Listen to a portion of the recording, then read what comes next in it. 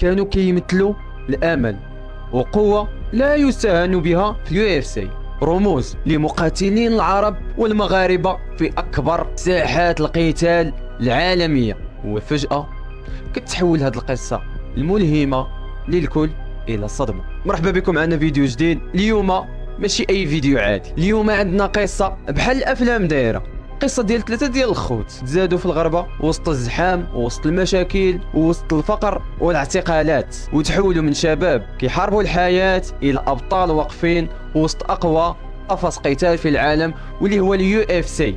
ولكن المجد راه ماشي دائم، الشهرة كتجي معها مسؤولية، ووراء الأضواء كانت كاينة واحد النار شاعلة، كانت فضائح، كانت عقوبات، وخطوة وحدة قلبات حياتهم. اليوم الدراري معنا قصة قاصحة عنيفة صراحة، دراماتيكية، ومن كيفاش كيتحول بنادم من المجد إلى كيقصي راسو بيديه، ولا كما كنقولوا حنا كيخرج على راسو بهذا المصطلح بسبب التهور.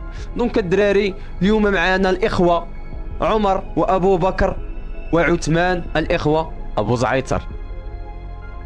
دراري الإخوة أبو زعيتر كما كنعرفوا كاملين تولدوا وكبروا في ألمانيا وسط ظروف قاسية، كانت الزنقة، مشاكل، محاكم وسنين ديال الضياع. الدراري فاش كانوا صغار كانوا عزيز عليهم المشاكل وكانوا ديما كيدابزوا، كانت ما بين داك السن ديال المراهقة ومعاهم ثلاثة ديال الخوت وتبارك الله وافيين، كانوا ديما كما كنقولوا حنايا كيتحقروا عليك، كيضربوك، كياخذوا لك ديالك، والناس كانوا كيشوفوا فيهم شباب غادي للطريق الغالطه، ما صافي ما فيهاش بنادم غادي لواحد الطريق كيف ما كتشوف انت شي واحد باقي صغير صافي كتقول هذاك صافي غادي يطلع شمكار. ولكن امبوسيبل انك تحكم على شي واحد قبل يكبر، يقدر يكون يدير عقله، علاش لا؟ وهذا الشيء اللي وقع بالضبط للاخوه ابو زعيتر. وسط داك الظلام كامل كنبان واحد الضو صغير، والفنون القتاليه اولا الملاكمه والرياضه كانت هي المخرج الوحيد من وسط داك الظلام كامل. ومن هنا غادي تبدا القصه الحقيقيه ديال الاخوه ابو زعيتر، كيفاش بداو من الحبس الى الكفاح الى المجد والى البطوله. الاخوه زعيتر داروا اخطاء في الصغر، كاملين كنديروا اخطاء وحتى واحد ما معصوم من الخطا، الانسان خصو يتعلم من الخطا اللي دار. الاخوه زعيتر داروا اخطاء في الماضي، تعتقلوا، ولكن ملي خرجوا خداو واحد القرار اللي حاسم بالنسبه لهم، واللي هو نبدلوا حياتنا، احنا واش نبقاو غير مجرمين؟ نبدلوا حياتنا ونوليو ابطال. وداكشي اللي كان اول واحد غادي يدخل الام ام ا اللي هو الاخ الاوسط ابو بكر، ودخل الام ام ا 2009 ولات الضربات ديالو معروفه في اوروبا والناس لقبوه بالجلادياتور. عثمان صغير كان هو اصغر واحد وكانت عنده موهبه خارقه، كان كيتفرج في خوه، كان كيشوفه، كان كيدرس النقاط الضعف ديالو وكان كيزيد على النقاط القوه ديالو، وكانت الضربات ديالو قاسيه، كانت كتسالي قبل ما الجمهور يفهم شنو طرا، بق بق تيطيحك للارض. الاسم ديال زعيتر اولا ديال خوت ابو زعيتر بدا كيكبر، وبقاو كيخرجوا من السمعه السيئه الى الشهره. كانت شهره رياضيه ونجحوا باش انهم يقلبوا اولا يتعلموا من الخطا ديالهم، يقلبوا داك السمعه السيئه الى شهره رياضيه. ومن موراها رجعوا للمغرب، وكان هذا هو صعود الصاروخ ديالهم. من بعد سنوات في المانيا رجعوا للمغرب وتقربوا من مركز القرار واللي هو سيدنا الله ينصرو الملك محمد السادس، وظهروا في صور كثيره مع الملك محمد السادس. دونك الشهره ارتفعت، المغاربه بداو كيشوفوا فيهم قدوه، ومن هنايا الطريق العالمي كيتفتح في وجههم، وهنايا كيوصلوا لاقوى منظمه قتال العالم القتال المختلط اللي هو يو اف سي. نبداو بابو بكر. ابو بكر في عام 2018 كيعلن رسميا الدخول ديالو اليو اف سي. اول نزال ديالو اولا اول ماتش ديالو كان حماسي، وكان عرفتي الجمهور تيغوت الي المغرب الي ابو زعيتر، وهما اللي كانوا كيعرفوه غير في الام ام ا، ولكن حنايا دابا كنشوفوه في اليو اف سي، فحنا كنشوفوا الرايه ديال المغرب كتهز في العالميه. كان نزال زوين، كان ماتش واعر وقاصح، وربح فيتور ميراندا بقرار جماعي، ربحوا ابو زعيتر. وكانت هذه هي اول مره غادي يربح ابو زعيتر في عام 2018 22 يوليو اولا 22 جويي. دونك هنايا العالم بدا كيهضر عليه، المغاربه ربحوا وفرحنا بشي بطل كيمثل البلاد في اقوى منصه قتاليه. ولكن هاد الفرحه ما دامتش بزاف، من بعد هاد الرباح اللي ربحوا كتبدا الاصابات والنزالات كتلغى، يبروغراميو ليه ماتشات وهو ما كيكونش واجد.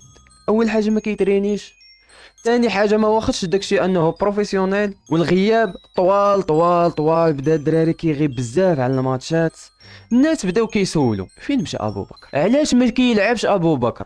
ولكن الحقيقه كانت جايه وهي اكبر من انها اصابه. 2021 قنبوله غتفرقع.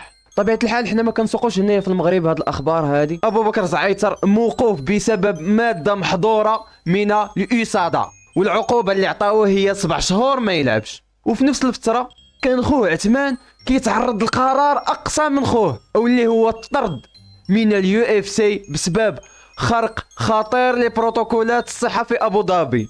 دونك دابا غادي نشوفوا شنو طرا لعثمان ابو زعيتر. قرارات منظمه اليو اف سي بالزعامه ديال دانا وايت سالي العقود ديالهم. واش كان السبب رياضي ولا كان مرتبط بالسلوك ديالهم خارج الحلبة؟ دونك الدراري عثمان ابو زعيتر في 2021 وبينما كان العالم اليو اف سي كان واحد تحت النظام اللي صارم جدا في الحجر الصحي، واللي كانت كتسمى جزيرة النزال اللي كانت في ابو ظبي. شنو دار عثمان؟ عثمان دار واحد الغلط ما كيتغتفرش بالنسبة لدانا وايت، ودانا وايت كان قاصي في هذا القرار هذا وكان صارم فيه.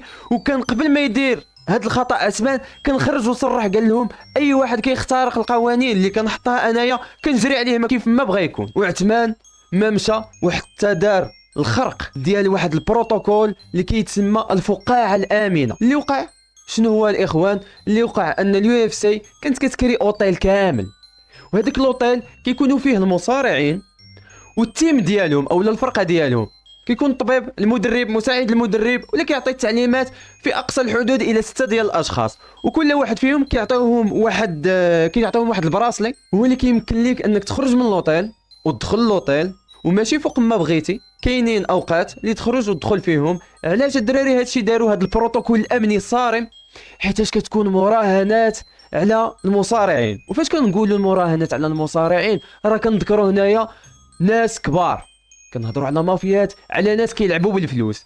يعني باش انهم يعطيو مثلا ان ابو زعيصر كيواجه واحد الملاكم وان داك المافيا مراهنه على داك الملاكم، عادي ان هكا كانت الدنيا مختلطه انهم نمشي عنده اللوطيل نقتل انا عثمان ابو زعيتر ونخلي هذاك السيد يربح وانا ربحت الفلوس.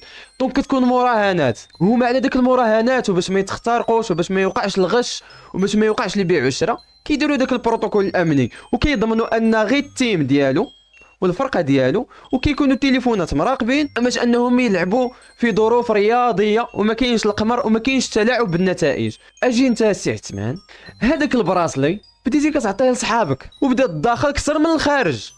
لقاو عندهم في البيت ولا لقاو عندهم في الاوتيل اكثر من 20 واحد. قايل معايا انت عندك 6 لقيتي اكثر من 20 واحد كتبقى تدخل وتخرج وتدخل وتخرج وتدخل وتخرج. هادشي الدراري راه ماشي بروفيسيونيل. باش نكون معكم واضح هادشي هذا ماشي بروفيسيونيل اللي دار عثمان ابو زعيتر. نخليو الدين بعيد ونخليو العاطفه كون انه مغربي ونهضر عليه كانسان. انت سيدي راك ماشي بروفيسيونيل. وهادشي اللي قال بالضبط دانا وايت نهار خرج وقرر ازاله عثمان. قال له انا هادشي هذا ماشي بروفيسيونيل وانا ما عندي ما ندير بالتبرهيش وما نبغيش هادشي يكون عندي انا في اليو اف سي. وهكا الدراري دانا وايت كيحيدوا وكيلغي معاه العقد اللي عندهم معاهم شراكه باليو اف سي. هذه الحاله ديال عثمان وكيفاش تحيد من اليو اف سي. دونك الدراري ابو بكر في 2018 ابو بكر وقع رسميا مع اليو اف سي. كانت واللي كنعرفوها هي اقوى منظمه قتال. هو اول نزال ديالو كان مع فيتور ميراندا وربحوا بقرار جماعي، وهذا الفوز هذا عطاه دفعه كبيره. ولكن من بعد بدات المشاكل، تعرض للاصابات، الغياب المتكرر كيغيب بزاف جيب ورقات الدخول. في 2021 جاتو عقوبه من اليوسادا بسبب ماده محظوره اللي كلاها يكون غالبا شرب اتاي بالكوزه والنعناع.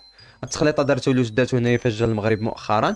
وكيرجع في واحد الماتش في 2023 ولكن خسر ضد سيدريك دوماس، وهادشي اللي خلى اليو اف سي في 2024 انهم يحيدوهم لا ليست ديال المصارعين. دونك الدراري هذه هي القصه ديال ابو زعيتر.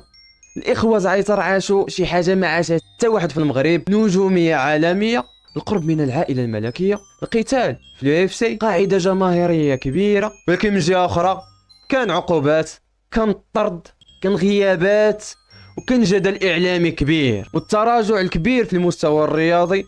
وما نساوش انهم كانوا دابزوا حتى مع مصطفى الخصم. الا بغيتوا فيديو كامل على مصطفى الخصم قولوا لي الدراري في التعاليق، ندير لكم فيديو كامل على علاش وشنو وقع معاهم مع مصطفى الخصم. وهذه كانت القصه كامله نتاع الاخوه ابو زعيتر، صعود هبوط، قصه كتجمع ما بين النجاح والشهره والجدل. شنو الراي ديالك في الاخوه ابو زعيتر؟ واش يستاهلوا فرصه جديده ولا لا؟ دونك الدراري ما تنساوناش لايك وكومونتير والاشتراك لا ابوني باش يوصلكم جديد بحال هاد القصص. ما نطولش عليكم الدراري، تهلاو.